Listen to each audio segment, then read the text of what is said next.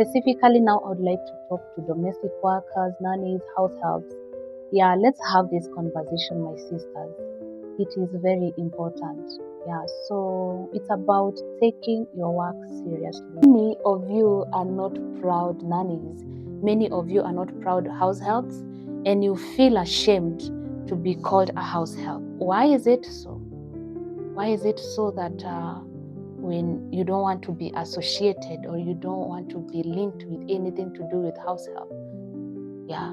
When you leave your village, you tell people that, you know what, I've gotten a hotel job in Nairobi, I've gotten an office job in Nairobi, but you don't want to tell them that I'm going to work as a nanny because you feel unaibikia hiyo kazi.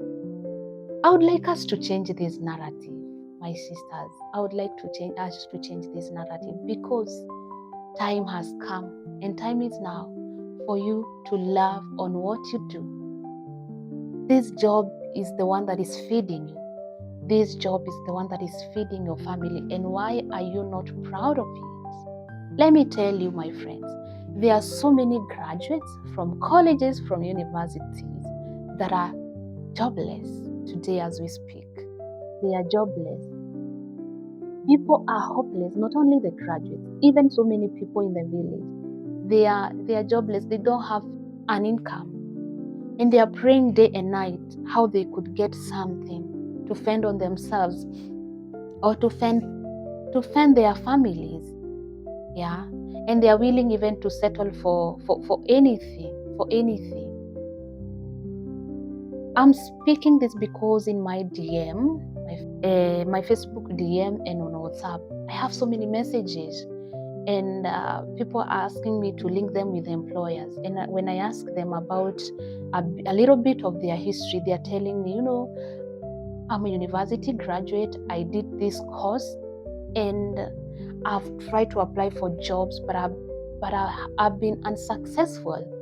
So I'm willing to start small and I'm willing to commit myself and to dedicate myself as a house manager because I want to survive. I want to survive. And I'm promising when I get that job, I'll work diligently. Those are university materials.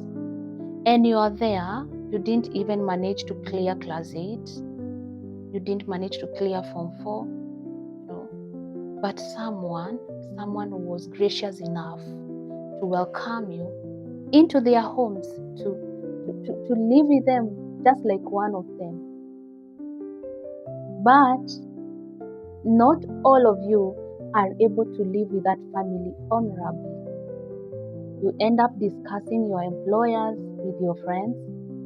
You end up discussing your employer with your family members, cursing your employers how bad they are, venye wanakunyanyasa, blah, blah, blah, the way they're overworking you and all that.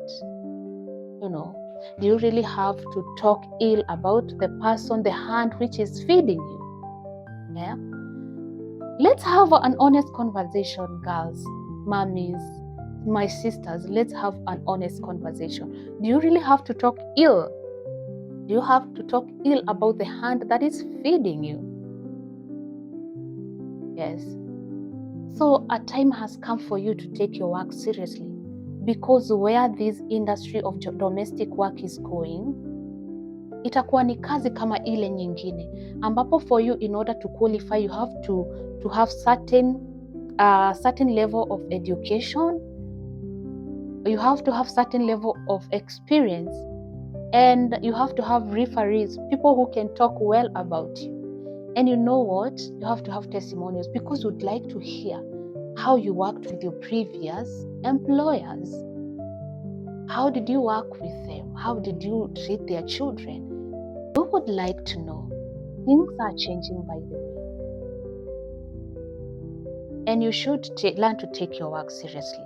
There are things that, if asked, I would say that domestic work is much, much more, far better than hiyo kazi ya kufanya kwa hoteli ama kwa supermarket ama kama security person ama sijui kama admin ama nini, because number one, you are given full accommodation, sindio?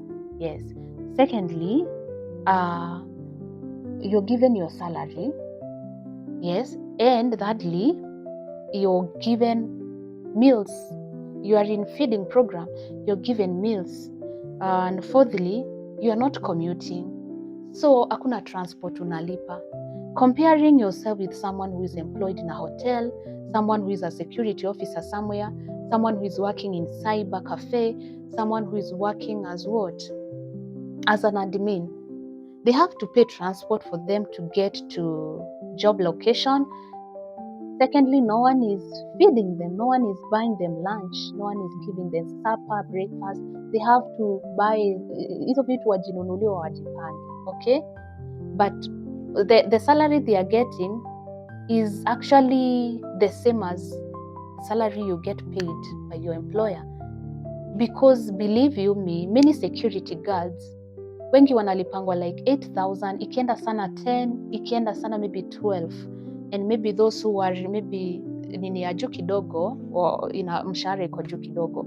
But what I'm trying to say is that their salaries is not even much more than what you get paid. Yet the advantages that you have ziko juu zaidi ya wao.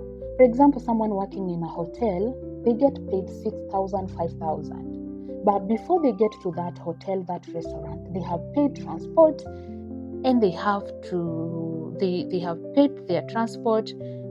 They had to wake up very early in order to beat the traffic, in order to be at the work location early enough. Yeah, and all that. Whether it's raining or not, they have to go to work, you see. But maybe haunyeshewi, uko under the roof 24/7, you have full Wi-Fi, you have food, you are in a cozy environment. Why should you not take your work seriously?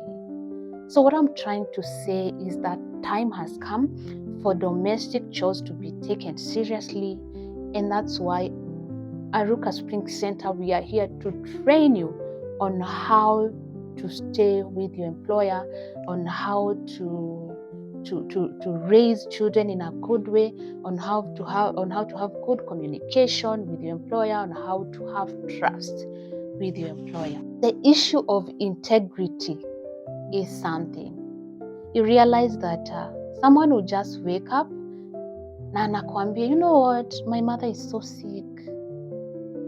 My sister died yesterday. I have to go and bury her. My mother died yesterday. I have to go and bury her.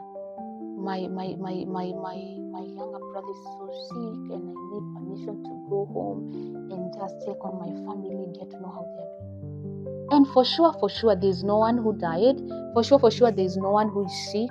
What kind of lie is this? Mbona tunajifunza kuwa waongo? Why are we welcoming curses to our families? Why can't we be truthful? Is it really hard to just communicate effectively, just express yourself and ask your employer to give you time to go and rest? Is it hard? It's not hard. Your employer is a human being, and they understand at times human being is prone to getting tired. And of course, we need to rest. And when you ask time to go and rest, they will allow you to go and rest, okay? So time has come for us to take our work seriously. Yeah, so I'm talking to you. Those DMs that you keep sending me looking for employers. Yes, I'll link you with employers, but I have to train you first. And therefore, I'm not doing jokes. If you want a job, kindly send me your CV. Send me your CV.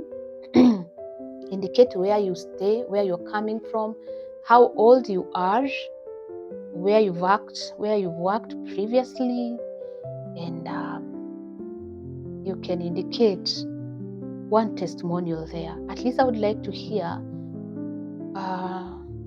how wenye ulifanya nao kazi, ulifanya nao aje. Send that CV to me. I'll look at it and then I'll reach out to you, okay? But my main message is that tusidharau kazi yetu. Usiaibike kuitwa house manager ama house help. Be proud to be one.